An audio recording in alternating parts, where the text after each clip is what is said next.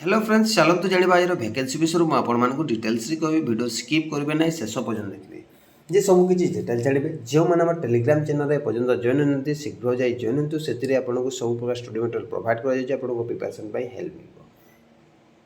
यही जो भैकेंसी आसूँ जिला मुख्य चिकित्सा कलेक्टर ऑफिस तरफ भैकेंसी आसूँ ए जो भैकेंसी अच्छी देखो जिला मुख्य प्राणी चिकित्सा अधिकारी बरगढ़ तरफ भैकेंसी समस्ते आवेदन करेंगे ऑल ओडिशा कैंडिडेट समस्ते आवेदन करेंगे बहुत मेल फीमेल समस्ते आवेदन करेंगे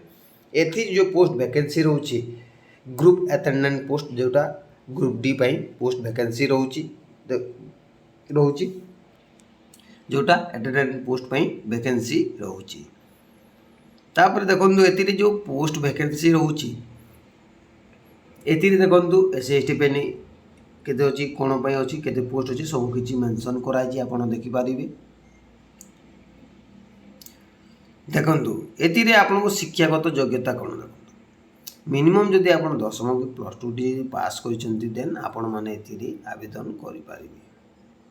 बुझिले यही पोस्ट हूँ ग्रुप अटेंडेंट पोस्ट ता सहित आपको सब किसी डिटेल्स जानी दरकार नचेत आपण मैंने आवेदन करें ना बुझिले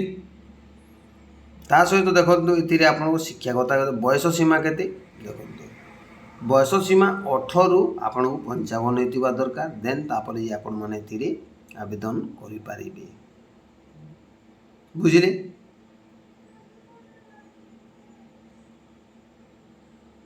एथिरे शारीरिक दक्षता भी मागिची आपण चेक करेंगे टिकिनिकी शारीरिक दक्षता आपको 5 फुट रु अधिक थी दरकार ताहले जे आपण मैंने आवेदन करेंगे ता सहित उत्तम साइकिल चलाचल कर दरकार एथिरे केवल आप इंटरव्यू एंड डॉक्यूमेंट प्रोसेस रे आपको एथिरे निया जीवो बुझिले चयन प्रक्रिया एथिरे चयन प्रक्रिया देखंतु एथिरे आपण जिला उन्नयन कमिटी निर्धारित कर आप जो अनुसूचित जाति शारीरिक दक्षता सब किसी जांच करा जदि आप क्वालिफाई कर आपण मानक जॉब दिया जोटा group attendant post group D post vacancy रोचे बुझिले केमिति आवेदन करेंगे ता प्रोसेस मुझे कहबी सर्टकटली कहबी आप वीडियो स्किप करेंगे ना शेष पर्यटन देखिए सब किसी डिटेल्सटा जानीपारे नचेत किसी जानीपारे ना कौन रोचे यहाँ जानीपारे ना देखु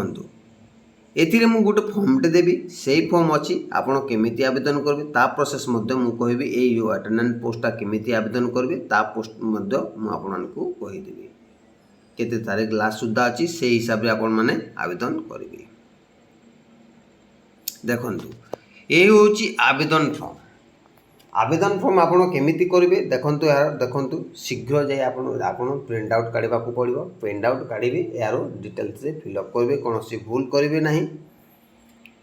भूल कले आपण फॉर्मटा रिजेक्ट हो बड़कोड जो लिखाई मैंने ए गोटे फोटो अटैच करने पड़ो प्रार्थी नाम पिता नाम स्थायी ठिकाना जोगाजोग ठिकाना ग्राम पोस्ट भाया जिला पिन नंबर ग्राम पोस्ट भाया जिला सब मोबाइल नंबर सब देवाक पड़ो टिकिनिकी देवाक पड़ो किसी भूल करेंगे ना नचेत भूल कले फॉर्मटा आपको रिजेक्ट हो जातीयता जन्म तारीख देव आपण जो प्रार्थीर बयस केते अच्छी शिक्षागत योग्यता उच्चता केते SC/ST जनरल जोटा विवाहित अविवाहिता स्त्री एवं पुरुष जोटा एवं छात्री अनप्रसारित जोटा अच्छी से देवे को पड़ो तापर आपको ए स्थायी तारीख सब किसी आवेदन सिग्नेचर करने को पड़ो ए जो आपको जो लगुच आवेदन करने को दाखिल प्रमाण पत्र यही सब जदि अच्छी आपले करें नचेत करें ग्राह्य सर्टिफिकेट दरकार शिक्षागत योग्यतार अवकलन नकल दरकार तापर बयस सीमा प्रमाण पत्र दरकार जोटा रेजिस्ट्रेशन रही स्थानीय तहसीलदार ठारू रही दरकार बासिंदा रेसिडेंट जोटा तापर परिचय पत्र जो अटेंडेंस रही जातिगत प्रमाण पत्र जोटा आप SC/ST जो कार्ड कहते सहीटा सर्टिफिकेट SC/ST सर्टिफिकेट दुई गोटी चरित्र प्रमाण भिन्न भिन्न तार जो रोचे ऑफिस ठारू पाई दरकार तापर गोमित्र जो मुख्य सिलार कहता दरकार यही सब जदि अच्छी ताहले आपण माने आवेदन करें नचेत आवेदन करें ना यही सब सरला आपको ସ୍ଥାନ ଦେବାକୁ ତାରିଖ ଦେବାକୁ ପଡ଼ିବ। ତାରିଖ ଦେଇ ସାରିଲା ପରେ ଏଠି ଗୋଟେ ଆଡ୍ରେସ୍ ଅଛି, ସେଇ ଆଡ୍ରେସ୍ରେ ଆପଣଙ୍କୁ ପୋଷ୍ଟାଲକୁ ଯାଇ ପଠାଇବାକୁ ପଡ଼ିବ। ବୁଝିଲେ କେମିତି କରିବେ ଦେଖନ୍ତୁ, ମୁଁ ଦେଖାଇ ଦେଉଛି ଆପଣଙ୍କୁ। ଦେଖନ୍ତୁ ଏଥିରେ ଦେଖାହେଇଛି ଯେଉଁ ଆଟେଣ୍ଡାଣ୍ଟ ପୋଷ୍ଟ ପାଇଁ ଦେଖନ୍ତୁ ସ୍ପିଡ୍ ସ୍ପୋର୍ଟ ଯେଉଁ କୋରିଅର ପାଇଁ ଦେବ, ଦେଖନ୍ତୁ ଚିଫ୍ ଡିଷ୍ଟ୍ରିକ୍ଟ ବେଣ୍ଟିମକୁ ପଠାଇବାକୁ ପଡ଼ିବ। ଏଥିରେ ଗୋଟେ ଆଡ୍ରେସ୍ ଅଛି, ମୁଁ ଆଡ୍ରେସ୍ଟା ଦେଖାଇ ଦେଉଛି। ମୁଁ ଭିଡ଼ିଓ ଡିସ୍କ୍ରିପ୍ସନ୍ରେ ଏହାର PDF ମଧ୍ୟ ଦେବି କିମ୍ବା ଟେଲିଗ୍ରାମରେ ମଧ୍ୟ ଆପଣଙ୍କୁ ଦେଇଦେବି, ସେଠି ଯାଇ ଆପଣ ଡାଉନଲୋଡ଼ କରି ପଠାଇବାକୁ ପାଇବେ। এইটা দেখন্তু ଆପଣଙ୍କୁ ଆଡ୍ରେସ୍ ଦିଆହେଇଛି, ଆପଣ ଆଡ୍ରେସ୍ରେ ପଠାଇବାକୁ ପଡ଼ିବ ଯଥା 22/6 ଏହାର ଲାଷ୍ଟ ସୁଦ୍ଧା 5 5:30 ସୁଦ୍ଧା ଆପଣମାନେ ଆବେଦନ କରିପାରିବେ। ବୁଝିଲେ? ଯଦି ଭିଡ଼ିଓ ପସନ୍ଦ ଲାଗିଲେ ଗୋଟେ ଲାଇକ୍ ଗୋଟେ ସବସ୍କ୍ରାଇବ୍ କରି ବେଲ୍ ଆଇକନ୍କୁ ଅଲ୍ କରିଦେବେ। ପ୍ରତ୍ୟେକ ଦିନ କିଛି ନା କିଛି ଅପଡ଼େଟ୍ ଆମେ ମୋଷ୍ଟଲି ଆପଣମାନଙ୍କୁ ଦେବାକୁ ଚାହିଁବୁ, ଚେଷ୍ଟା କରିବୁ।